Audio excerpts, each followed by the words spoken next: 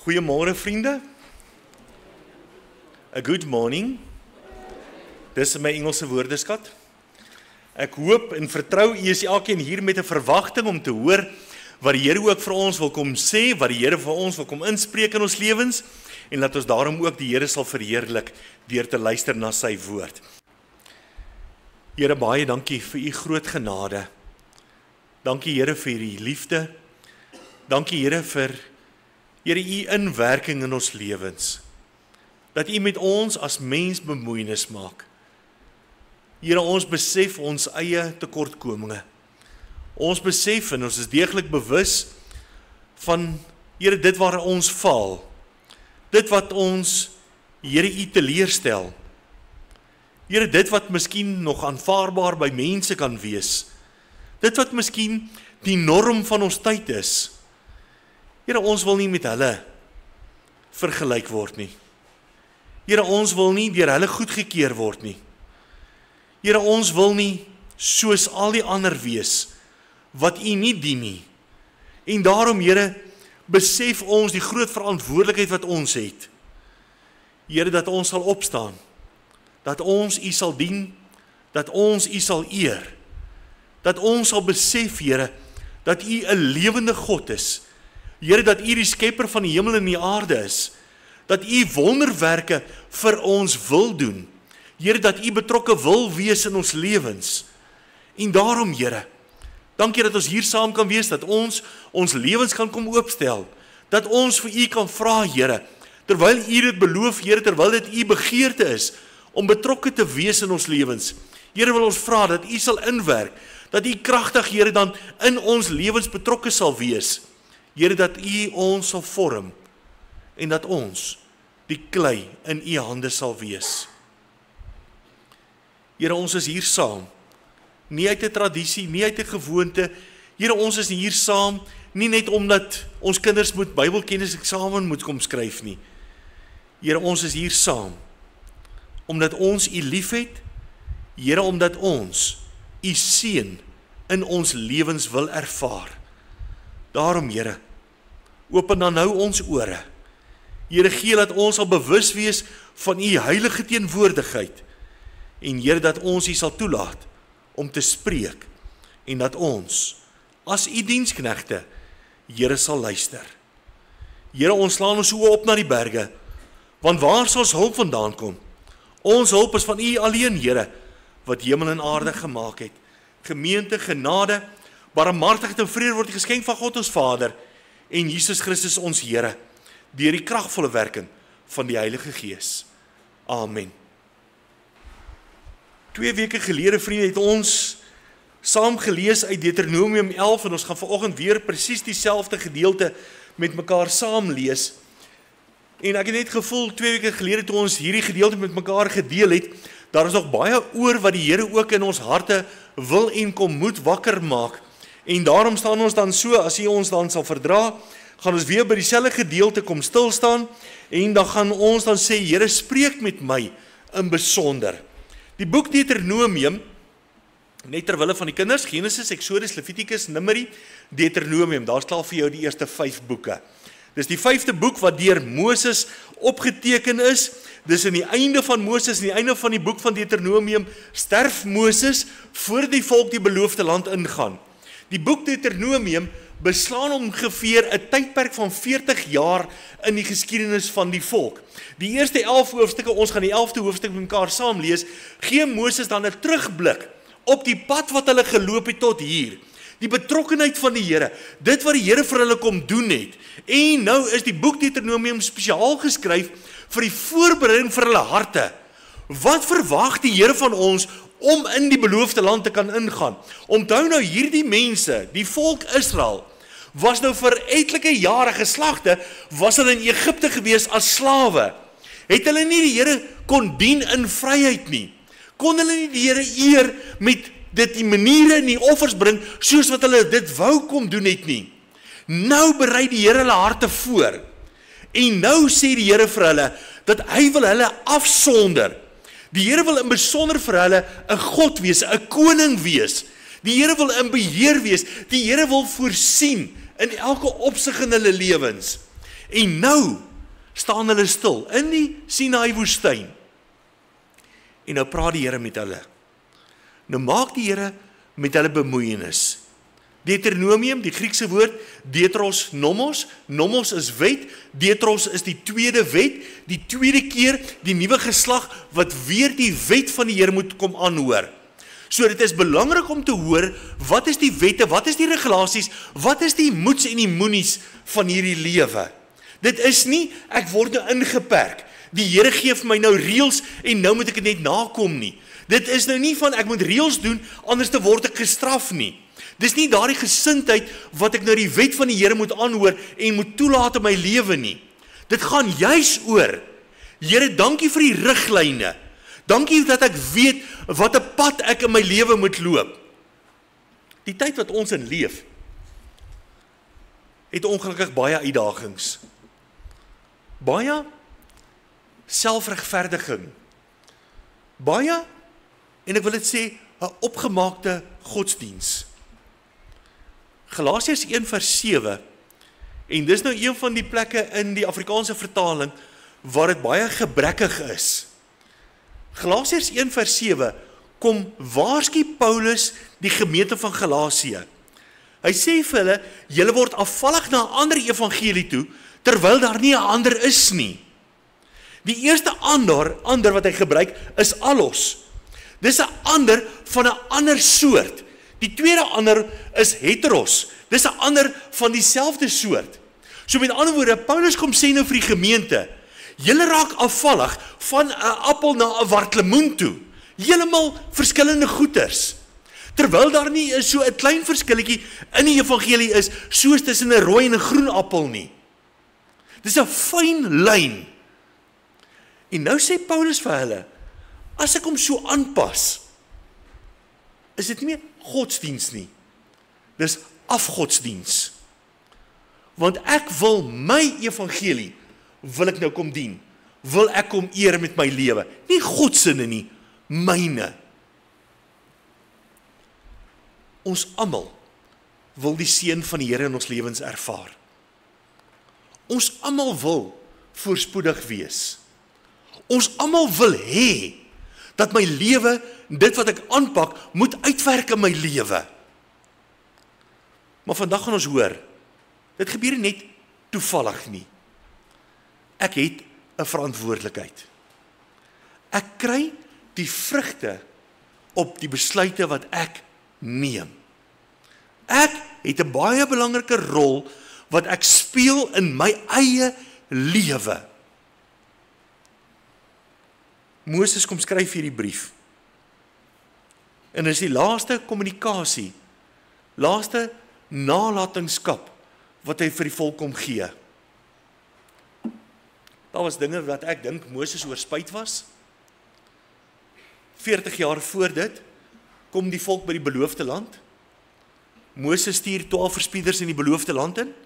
Gaan verken die land van belofte, die land van melk en honing, die land wat die Here in ons hande kom gee. 10 verspieders kom terug en sê, dis versterkte stede, daar's baie probleme, die mense daar is groter as mense, dis reuse wat daar bly, ons gaan dit nie kan oorwin nie. 2, Joshua en Caleb, kom ons gaan in.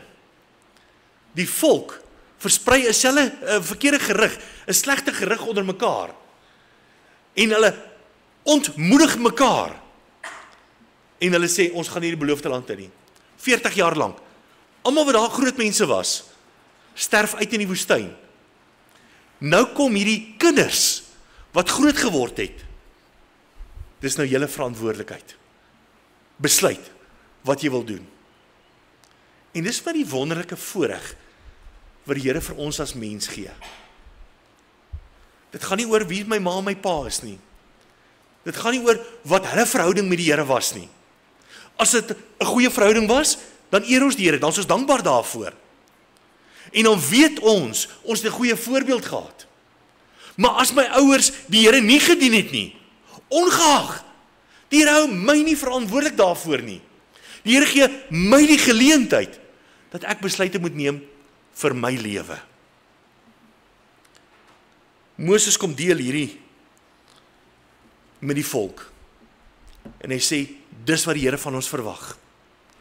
As jy die seën van die Here wil ervaar in jou lewe, hierdie is jou verantwoordelikheid. En hy kom verduidelik dit dan vir die volk. So kom ons lees saam. Deuteronomium hoofstuk 11.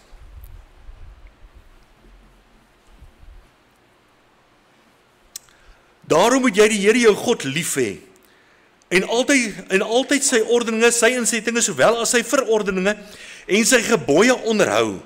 En julle moet vandag weet, dat hy nie spreek tot julle kinders, wat die onderwysing van die Here julle God nie geweet en nie gesien het nie. Sy grootheid, sy sterke hand en sy uitgestrekte arm, en sy tekens en sy dade, wat hy in Egipte gedoen het, aan Farao, die koning van Egipte, en aan sy hele land.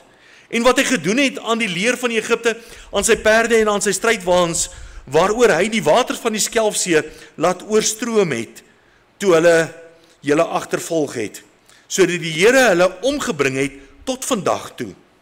En wat hy vir julle in die woestyn gedoen het, tot julle aankoms op hierdie plek. En wat hy aan Datan en Abiram, die seuns van Eliab, die seun van Ruben, gedoen het, hoe die aarde sy mond oopgemaak, en hulle saam met hulle huisgesinne, en hulle tente, en hulle lewende wesens, agter hulle aan, onder die hele Israel verslind het. Maar julle eie oë het gesien, al die groot werke, wat die Here gedoen het. Onderhou dan, al die gebooie wat ek julle vandag beveel, dat julle sterk kan wees, en inkom in die land, in besit te neem, waarheen julle oortrek, om dit in besit te neem, en dat julle die dae kan verleng, in die land wat die Here aan julle vaders met eed beloof het, om aan hulle en hulle geslagte te gee. 'n Land wat oorloop van melk en honing. Baie belangrik, as ek net vir 'n oomblik kan onderbreek. Nou kom sê Moses vir hulle, hierdie is nie 'n nuwe belofte nie. Dis nie 'n nuwe iets wat die Here vir julle wil kom gee nie. Ek het dit al reeds vir die voorgeslagte gegee. Die voorgeslagte het 'n verkeerde keuse gemaak. Die voorgeslagte het dit nie ontvang nie. So nou word dit weer vir ons aangebied om aan te gryp. Want die land waarin julle gaan om dit, dis vers, ek dink ek moet 'n vers 9 lees. En dat julle die dae kan verleng in die land wat die Here aan julle vaders met eed beloof het om aan hulle en hulle nageslag te gee, land wat oorloop van melk en honing, vers 10. Want die land waarin jy gaan om dit in besit te neem, is nie soos Egipte land waar jy uitgetrek het, wat jy met jou saad besaai en met jou voet soos 'n groentetuin nat gelei het nie. Maar die land waarin jy oortrek om dit in besit te neem, is 'n land van berge en laagtes, wat van die reën van die hemel water drink, 'n land waar die Here jou God voorsorg. Die oë van die Here jou God is altyd deur daarop, van die begin van die jaar tot die einde van die jaar. As julle dan goed luister na my gebooie, wat ek julle vandag beveel, om die Here julle God lief te hê en hom te dien met julle hele hart en met julle hele siel, dan sal ek die reën van julle land gee op die regte tyd, vroeë reëns en laat reëns, sodat jy jou koring en jou mos en jou olie kan insamel. En ek sal plante gee op jou veld vir jou vee, en jy sal eet en versadig word. Neem julle in ag, dat julle hart nie verlei word nie, sodat julle afwyk en ander gode dien en voor hulle neerbuig, en die toorn van die Here teen julle ontvlam, en hy die hemel toesluit, sodat daar geen reën is, en die aarde sy opbrengs nie gee nie, en julle gou uit die goeie land omkom, wat die Here julle gee. Lees gerus 2 Kronieke 7 vers 14, daarby dan sê jy sien hoe mooi skakel dit in by mekaar.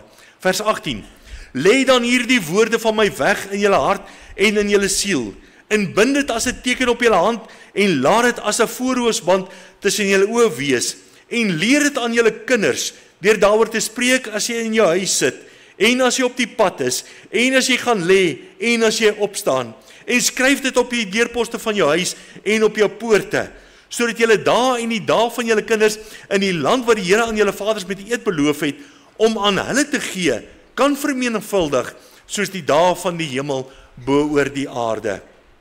Want as julle ywerig al hierdie gebooie hou, wat ek julle beveel, om dit te doen deur die Here julle God lief te hê, in al sy weë te wandel, en hom aan te hang, Dan sal die Here al hierdie nasies voor julle uitverdrywe, en julle sal groter en magtiger nasies as julle uit hulle besitting verdrywe.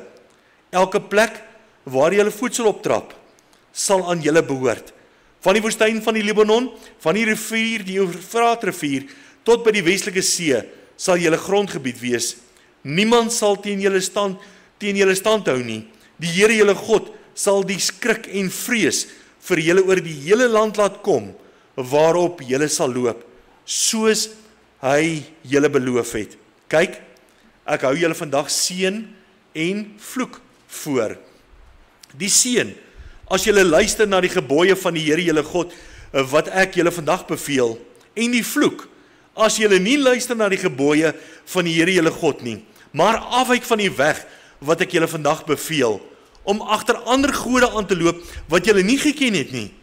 As dan die Here jou God jou inbring in die land waarheen jy gaan, om dit in besit te neem, moet jy die seën op die berg Gerizim lê en die vloek op die berg Ebal. Lê hulle nie oorkant die Jordaan, agter die pad, in die weste, in die land van die Kanaaniete, wat in die vlakte woon, teenoor Gilgal, by die terpentynbome van More nie. Want julle trek deur die Jordaan, om die land in besit te gaan neem, wat die Here, julle God, aan julle sal gee. En julle sal dit in besit neem, en daarin woon. Onderhou dan, sorgvuldig al die insettinge, en die verordeninge, wat ek julle vandag voorhou. Ons lees net tot daar, uit die wonderlike woord van die Here saam. By die vorige geleentheid, was ons tema, leer dit aan julle kinders. Die eerste gedagte wat ons gehad het, is, God het jou lief. En ek wil die liefde van God beantwoord. As ek sê, ek het God lief. Dis maklik om te begryp, God het ons lief, want so lief het God die wêreld gehad, dat hy sy enige gebore seun gegee het. Selfs daai opoffering van sy enige gebore seun, was vir God nie te veel om te vra, om jou lewe te red, om jou lewe te verander nie. So met ander woorde, God het ons lief, maar, nou gee God aan ons die keuse, sodat ons sy liefde kan beantwoord. En dan sê die Here, as ek as mens sê, ek het God lief, dan moet ek die gebooie, die insettinge, die verordeninge van die Here onderhou. As ek dit nie doen nie, Jakobus in die Nuwe Testament skryf, as daar nie werke is nie, dan sê ek vir jou, jy's nie kind van God nie. Met ander woorde, as jy aanhou om verkeerde besluite in jou lewe te neem, sê Jakobus, nie ek nie. Die woord van God sê so, dat jy is nie 'n kind van God nie. Dis nie nou 'n straf nie. Hoor God se liefde, wat hy aan my die voorreg gee, om die keuse te kan neem. Openbaring 3 vers 20. Kyk, ek staan by die deur van jou hart en ek klop. En as iemand my stem hoor en die deur oopmaak, sal ek ingaan na hom toe en saam met hom maaltyd hou en hy met my. Dis die vers waarop ek my hart vir die Here gegee het, waar ek kind van God geword het, waar ek God se liefde beantwoord het. So met ander woorde, ek word nie as kind van God gebore nie. Ek maak 'n keuse in my lewe om God se liefde aan te neem, te aanvaar in my lewe. As ek sê, ek's kind van God, moet ek sy gebooie onderhou. As ek dit nie doen nie, is daar 'n vraagteken. Ek vra nie die vraag nie. Ek stel nie 'n bateregister op van jou lewe om te kyk, watter deel van jou lewe weeg die meeste nie. Jy moet dit self antwoord. Dis nie die kerk se werk om vir jou te sê, jy lyk goed genoeg, jy gaan hemel toe. Jy lyk bietjie sleg, ek dink jy's nie op pad hemel toe nie, jy's op pad hel toe nie. 2 weke gelede het ons die brief wat die kerk aan Nylspruit vir die gemeentelid geskryf het, wat op Facebook geplaas is met al die kommentare en alles. Onder andere was een van die kommentare gewees, dat die kerk probeer mense net bang maak, om te sê, as jy nie jou hart vir die Here gee, gaan jy hel toe nie. So, dis nou net 'n bangmaak storie wat die kerk probeer versprei. Daar bestaan nie so iets nie, is die persoon se mening.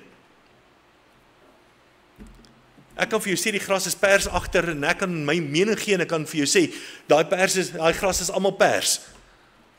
Gaan uit en kyk vir jouself. Die gras is nie pers nie. Ek is net kleurblind.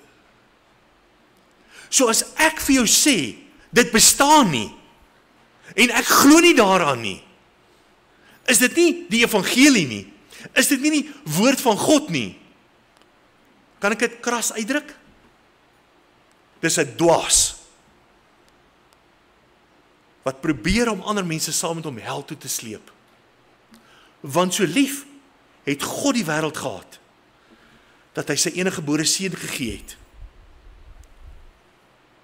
Daar's nie 'n manier wat ek een van ons kinders sal laat sterf om iemand anders te red nie. 'n Kind wat niks bekeer nie, stuur ek om te sterf sodat 'n ander persoon 'n geleentheid kan kry om te kan lewe. Ek sal dit nie aan my eie kind kan doen nie. Maar God het ons as mens so lief. En daar is nie 'n ander prys wat vir ons sondes kon betaal nie, as net Jesus Christus. En daarom gee God vir Christus, sodat ons hom kan kruisig, sodat in sy kruisiging vir ons verlossing bewerk kan word. Dis goddelike liefde. Dis agape liefde. En dis die liefde wat die Heer vir ons wil gee. So dis nie 'n straf nie. Dis 'n voorreg om aan te gryp. As jy sê, jy het God lief, onderhou sy gebooie. Die tweede wat ons by stil gestaan het, en dis my amper die verwysing na die kinders, wat Moses ook nou hier gebruik in hierdie gedeelte wat ons gelees het. Wat Moses vir hulle sê, ek praat nie nou met die nuwe geslag nie, ek praat met julle wat jonk was, toe julle ouers uitgesterf het in ongehoorsaamheid. Nou het julle groot geword, nou het julle 'n verantwoordelikheid. Jou kinders was nie deel van die Rooi See ervaring nie, het nie gesien hoe die Here die see oopmaak nie, het nie gesien hoe verdring die Egiptiese weermag nie, maar jy as jong kind het dit ervaar, het dit gesien, het dit waargeneem, het gesien wat God doen. Nou het jy 'n verantwoordelikheid om dit oor te dra na jou kinders. Sien is glo. En dis my 'n groot probleem. Weet jy hoe baie mense smag daarna om 'n kind te hê, maar medies kan hulle net nie kinders hê nie. Maar dan gee die Here vir ons 'n kind. En ons mors daai kinders se lewens op. God sal jou oordeel. Ek beloof jou. Want jou kind is kosbaar vir die Here gewees. En nou gee die Here vir julle 'n kind, of kinders. En julle is 'n slegte voorbeeld, sê hierdie gedeelte. Ek veralgemeen nie, ek sê nie is die algemene toestand nie, ek sê pas dit toe in jou eie lewe. Hoe lyk jou voorbeeld vir jou kind? Kan jou kind doen wat jy doen? Paulus, gemeente van Korinthe, wat hy sê, 1 Korintiërs 11:1, wees julle dan my navolgers soos ek van Christus is, imitate me, boots my na, doen presies wat ek doen, dan sal jy die regte ding doen. Gaan jy trots wees as jou kinders doen wat jy doen? Dis 'n vraag wat jy maar net self moet antwoord.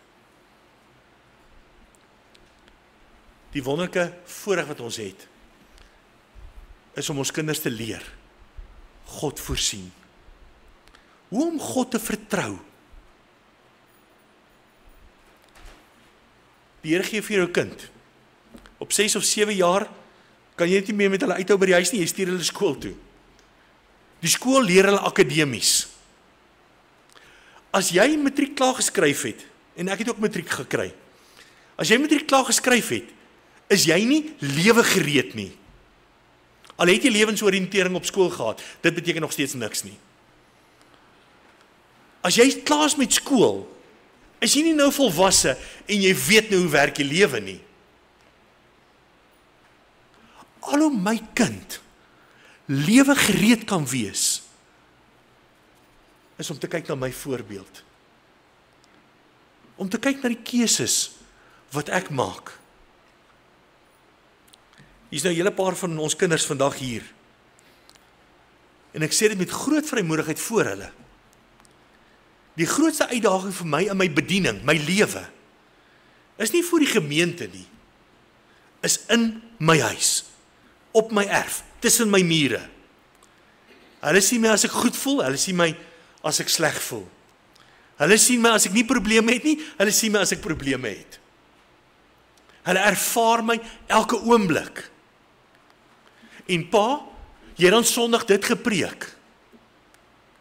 Hoekom lyk dit nou so? En nie, ek moet nou die regte besluite neem. Ek moet 'n voorbeeld wees. En is nie omdat ek die dominee is nie. Ek moes al baie moeilike besluite neem.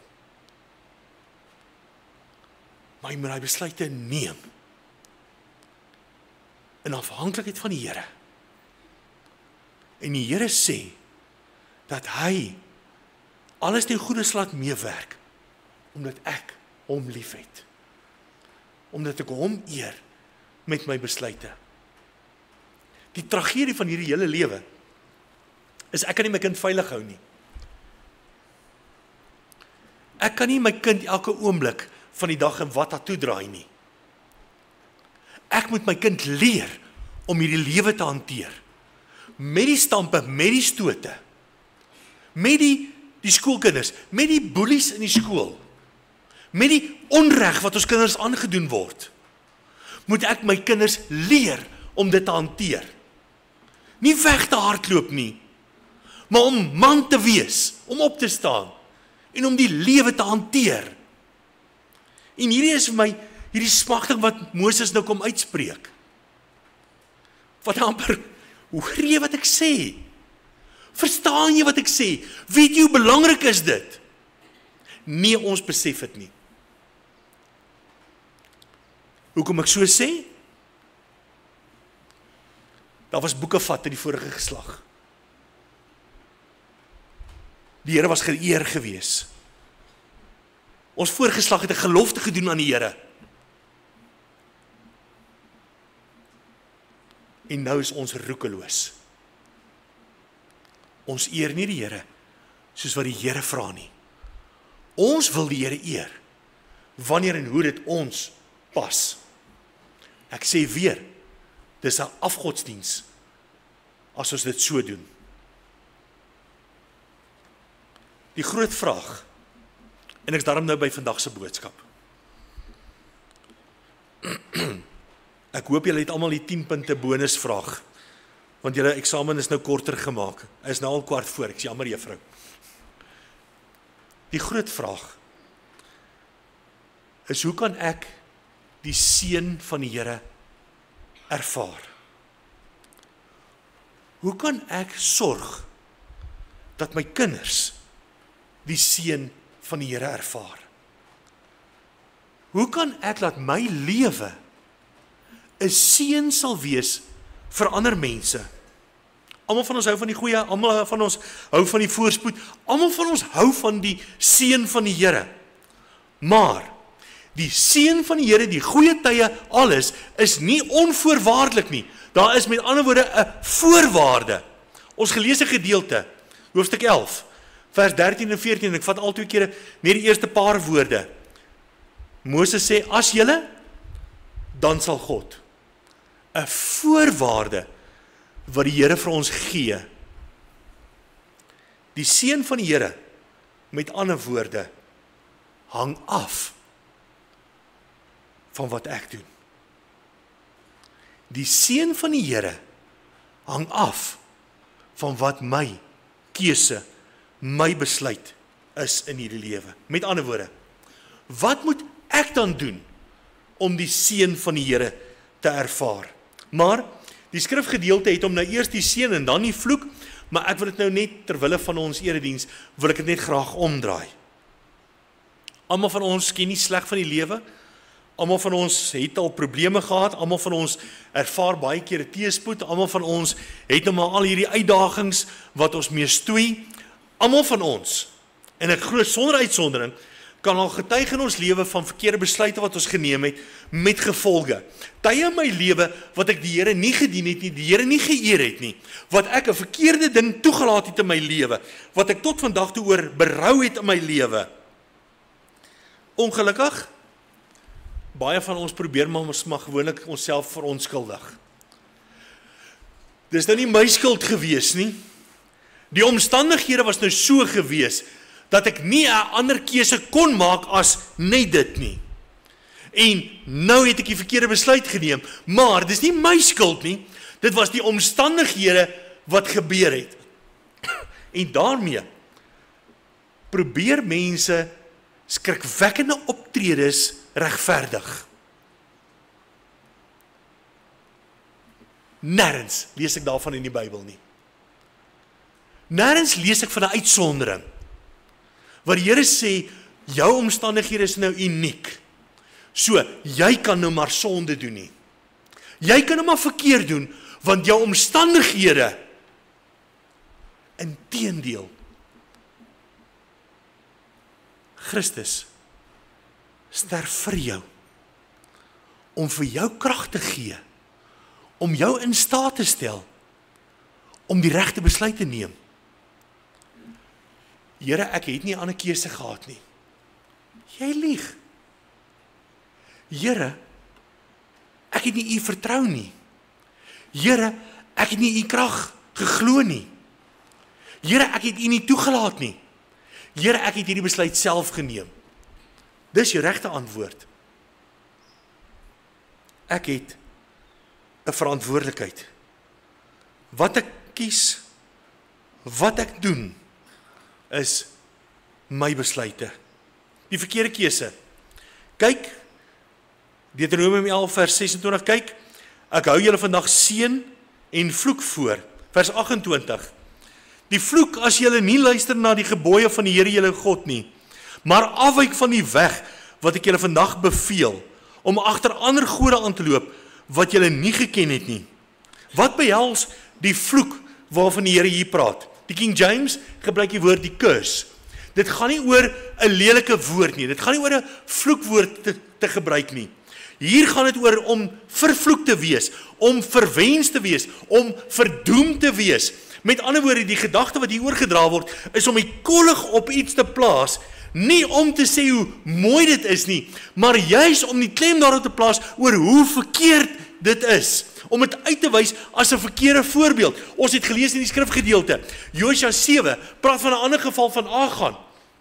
Onthou nou, hierdie nuwe geslag, ek wil gou vir die skets net maak daarvan. Hierdie nuwe geslag het nie die Here by die Rooi See ervaar nie. Nou kom hulle, nou moet hulle die beloofde land inneem. Dieselfde land wat hulle voorouers nie voor kans gesien het nie. Die Rooi See was makliker gewees, hy het oopgegaan. Die Jordaan, tree vir tree, soos hulle voet in die Jordaan gesit het, het die vloei van die Jordaan opgedam. Tree vir tree, vertrou ek die Here. Die eerste groot stad, Jerigo, die groot struikelblok vir ons voorgeslagte, gaan loop om hom. 1 keer 'n dag. 7de dag, loop 7 keer. Nie uitsondering, Here ek is krippel, Here ek is oud, Here ek is wat nie. Almal van julle, of jy swanger is, 9 maande, maak nie saakie. Loop om die stad. Doen wat die Here sê. 7de dag, 7 keer, blaas op ramshorings. Daai versterkte mure val op hulle plek in die grond in. En hulle neem die stad in. Die Here gee hulle in hulle hand. Maar Agan, daar's baie mooi goudstawe, daar's 'n mantel. Dit sal lekker wees om dit te hê. En die Here het gesê, dit moet getref word met die banvloek. Al is 'n vloek op dit. Hoe is dit moontlik? Ek gaan dit vir myself neem. Ek gaan dit begrawe onder my tent. Josua 7 vers 13. Nou die volk intussen verloor teen Ai. 'n Klein staatjie wat hulle maklik moes kon inneem na Jerigo se oorwinning. Dit moes eintlik, kan ek die Engels gebruik, 'n walk in the park wees? Dit moes maklik gegaan het. Nou sê die Here na hulle nederlaag. Josua 7 vers 13. Staan op. Heilig die volk en sê, heilig julle self teen môre, want so sê die Here, die God van Israel, daar is 'n ban in julle midde. Daar is 'n vervloeking in julle midde, Israel. Jy sal nie kan standhou voor jou vyand totdat julle die ban onder julle uitverwyder het nie. So met ander woorde, dis nie Here vergewe nou maar my ongehoorsaamheid, maar Here, ek gaan hom maar net aan. Hy sê verwyder die ban. En as ons dit nie doen nie, as ek nie iets doen daaraan nie, gaan die Here nie seën nie. Gaan die vloek op my rus. En hy wat in besit van die bangoed aangewys is, moet met vuur verbrand word. Is baie wreed. Hy met alles wat aan hom behoort, omdat hy die verbond van die Here oortree en sy skandaad in Israel begaan het. Raai wat het Agan oorgekom? Hy's met vuur verbrand uit die hemel uit. Agan se vrou, Agan se kinders, Agan se slawe, Agan se vee, Agan se tente, alles van Agan is met die vloek van die Here getref. Dis nie 'n speletjie nie. Ek het een lewe. Ek het een kans op hierdie lewe. Dink ek nie, ons is nou al op 'n plek dat ons genoeg foute gemaak het nie? As 'n spreekwoord wat sê, 'n donkie stampie sy eie kop 2 keer nie. Hoe dom wil ons wees? Deur dieselfde foute oor en oor en oor en oor en oor te begaan. Die teendeel van die vloek is die seën van die Here. Die regte keuse wat net ek kan maak. Ek kan hom nie vir my vrou maak nie. Ek kan hom nie vir my kinders maak nie. My voorbeeld moet hulle inspireer. Moet vir hulle wys om die regte besluite te neem. Ek is ongelukkig net verantwoordelik vir myself. Ek sê ongelukkig, want ek sal so graag vir iemand anders toe ook wou kies. Die regte keuse maak in moeilike omstandighede. En ek erken dit. Die lewe is nie so maklik, so eenvoudig nie. Maar om die keuse te maak is eenvoudig. Here, ek weet nie hoe nie. Here, ek gaan nie die verkeerde keuse maak nie. Ek gaan nie verkeerd reageer nie.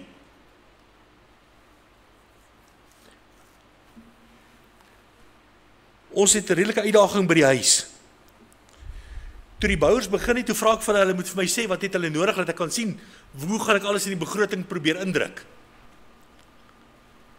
Ek ry op hierdie stadium 3 keer 'n dag Maika toe. Ek hou nie eens van Maika nie, ek hou van Maika. Maar, ek hou nie van hulle as ek hulle moet geld gee nie, want dit is bad. Ek kom by die huis, julle weet hoe werk kontrakteurs, hoe werk werkers. Hou, die punthuis klaar. Ek sê vir hulle, vat julle goed huis toe, wat maak julle met dit? 20 liter 'n dag. Dis nie lekker nie. Dis frustrerend. Terwyl ons in omstandighede moet huishou wat nie ideaal is nie. Wat's my keuse? Ek moet die regte keuse maak. Ek moet vriendelik wees as ek Maika toe gaan en weer my kaart gaan tap of druk. Hulle gee nie eens vir jou koffie verniet as jy groot aankope doen nie. Weet julle dit? Ek praat elke keer met hulle daaroor.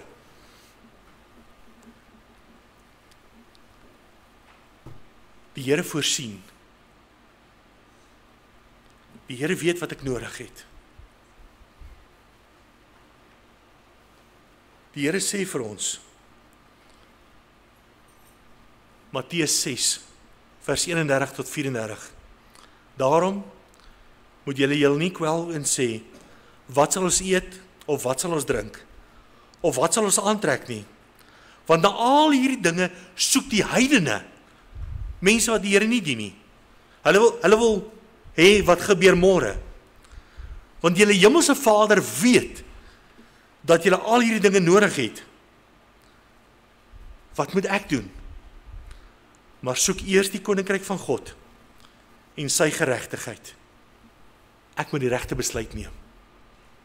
My verantwoordelikheid.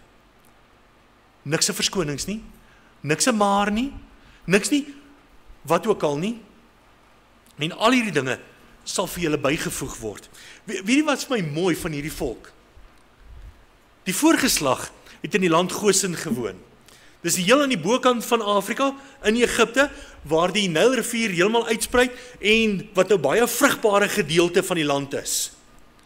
So daar het heeltyd watervloei gewees, baie kon hulle doen daarso. Nou sê die Here, maar die land waarna ek julle stuur, is nie 'n land wat jy moet nat lê soos 'n groentetuin nie. Dis 'n land waarvoor ek sorg.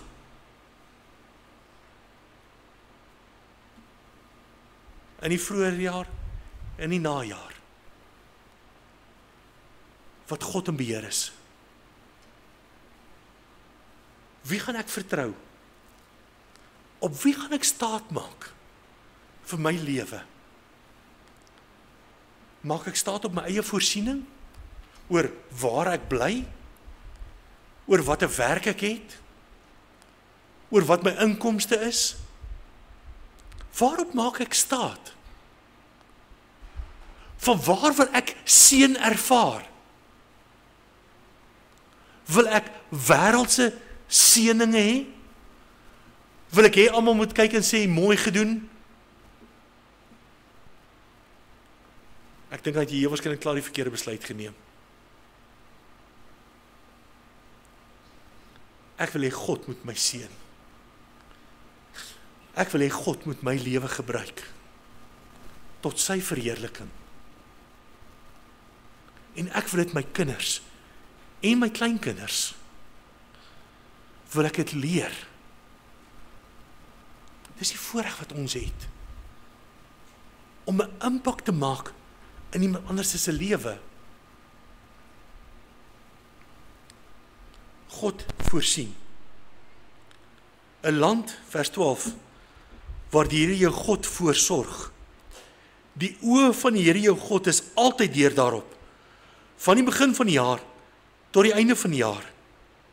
Dan sal ek die reën van julle land gee op die regte tyd, vroeë reëns en laat reëns, sodat jy jou koring en jou mos en jou olie kan insamel.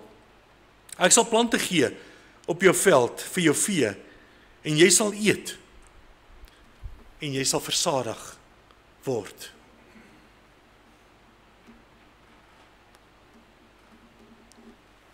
Hoe lyk jou lewe? Hoe lyk die plek waar jou lewe is? Ek hoef nie die wet van die Here voor te hou nie. Dit wat jy toelaat in jou lewe, dit wat jy toelaat in jou huis, eer dit die Here? Nie uitsondering nie. Eer jou hele lewe die Here. Nee, daar's een klein aspek. Hoe moeilik is dit om die een klein aspek uit jou lewe uit te neem? Hoe moeilik is dit om daar die regte besluit te neem? As dit een klein deeltjie van my lewe is. Neem die regte besluit. My gebed is, mag die Here jou oorvloedig seën. Mag jy elke dag die seëninge van die Here ervaar. Mag jou voetspore geseën word. Mag elke plek waar jou voetsool optrap aan jou behoort. Mag die Here dit aan jou toevertrou. Jy het 'n verantwoordelikheid om die regte besluite te neem. As jy dan sal God. Nie andersom nie.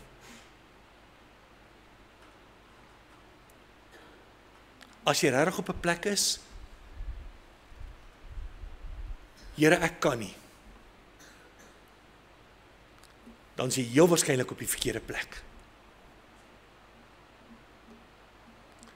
Neem die regte besluite, sonder uitsondering. En ek sê nie wat my opinies is nie. Here, wat sê U van my lewe? Kom maak dit wakker in my hart. Gee U Heilige Gees, wat onder ons woon, kom praat in my hart, sodat ek U stem sal hoor. As jy dit nie wil doen nie, dis jou keuse. Ek bid vir jou kinders. Ek bid vir jou familie. Ek bid vir die mense om jou, dat hulle maar getrou sal wees, en vir jou sal bid, wat nie die regte keuse wil maak nie. Maar die vloek in jou lewe, is jou keuse. Moses sê, maak die keuse. Amen.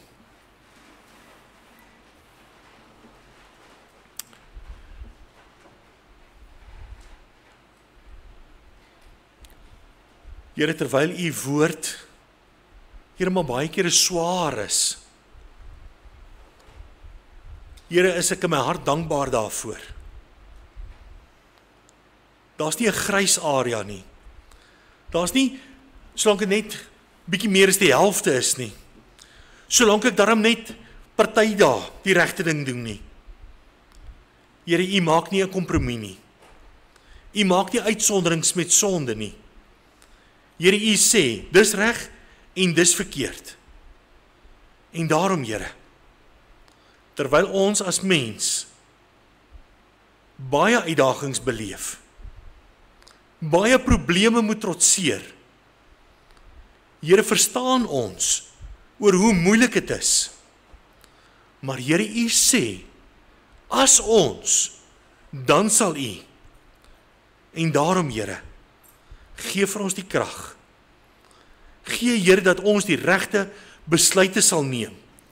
Dat ons onsself sal voorneem, ek gaan nie meer die verkeerde keuses maak nie. Ek gaan nie meer met die mense meng, Here, wat my nie wil toelaat om U te dien nie. Ek gaan, Here, U eer met alles wat ek doen. En dan besef ons, Here, baie keer is daar koste wat ons dan moet bereken. Plekke wat ons nie meer kan besoek nie, werke wat ons miskien nie meer kan doen nie. Here, ons is opgewonde om te sien hoe U gaan voorsien. Here, die vroeë reën, die laat reën. U oë is altyd deur op ons. Here, U gee vir ons, U voorsien. U gee vir ons tot ons versadig is. Dit is U belofte as ons U eer. En daarom, Here, hoor die begeerte in ons harte. Ons wil U eer. Ons wil U dien. Ons wil die seën van die Here in ons lewens ervaar. Amen. Al hoe ons dit gaan regkry, is nie in eie krag nie. Nie in, ek is nou oorgelaat op my eie en nou moet ek maar sien en kom klaar nie. Die lied wat ons mee afsluit, is hou jou oë op die wolke. Hou daar die verwagting van die inwerking van die Here in jou lewe.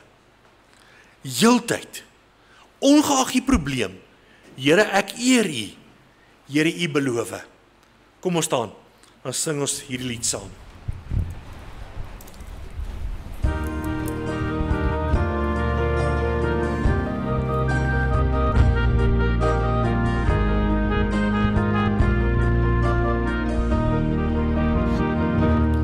Hou jou oë op die wolke, kyk hoe skyn die strale van die son. Daar's verwagting in ons harte. Maak gereed, want ons koning gaan weer kom. Radeloosheid onder volke, donker dae, pandemies wat daar kom. Hongersnode, oorlogswolke, sien die tekens, want ons koning gaan weer kom. Jesus kom vir al sy kinders wat om die. Hoe verrukkelijk sal dit wees om hom te sien. In 'n oomblik met die wolke weggevoer. Leef gereed, want Jesus koms is voor die deur. Jesus klop nou aan jou hartstier. Kom en lê jou lewe voor hom neer. Daar's vergifnis, daar's verlossing. Maak nou seker, want ons koning gaan weer kom. Jesus kom vir al sy kinders wat om die. Hoe verrukkelijk sal dit wees om hom te sien. In 'n oomblik met die wolke weggevoer. Leef gereed, want Jesus koms is voor die deur. Jesus kom vir al sy kinders wat om die. Hoe verrukkelijk sal dit wees om hom te sien. In 'n oomblik met die wolke weggevoer. Leef gereed, want Jesus koms is voor die deur. Leef gereed, want Jesus koms is voor die deur. Mag ek nog iets noem? Mag ek nog 2 minute neem, terwyl jy so saam staan? Die hele probleem, Achan, individueel, doen 'n sonde. Die volk kan nie meer oorwinning behaal nie. Hulle verloor teen Ai, omdat hy die ban van die Here ingebring het, die vloek ingebring het. Sy hele familie word gestraf. Maar die Here het gesê, julle as volk sal nie oorwin, tensy hiermee gehandel word nie. Ek kan nie in jou hart inkyk nie. Dis jou verantwoordelikheid. Maar as jy nie opreg is met die Here nie, moet nie kerk toe kom nie. Moenie die vloek kerk toe bring nie. Hoor mooi. Ek wil hê jy moet regmaak. Maar as jy nie bereid is nie, moenie godsdienst speel nie. Ek wil hê die Here moet jou seën. Jou keuse wat jy moet maak. Ontvang die seën van die Here. Die Here sal jou seën en jou behoed. Die Here sal sy aangesig oor jou laat skyn en jou genadig wees. Die Here sal sy aangesig oor jou verhef en aan jou vrede gee. Amen.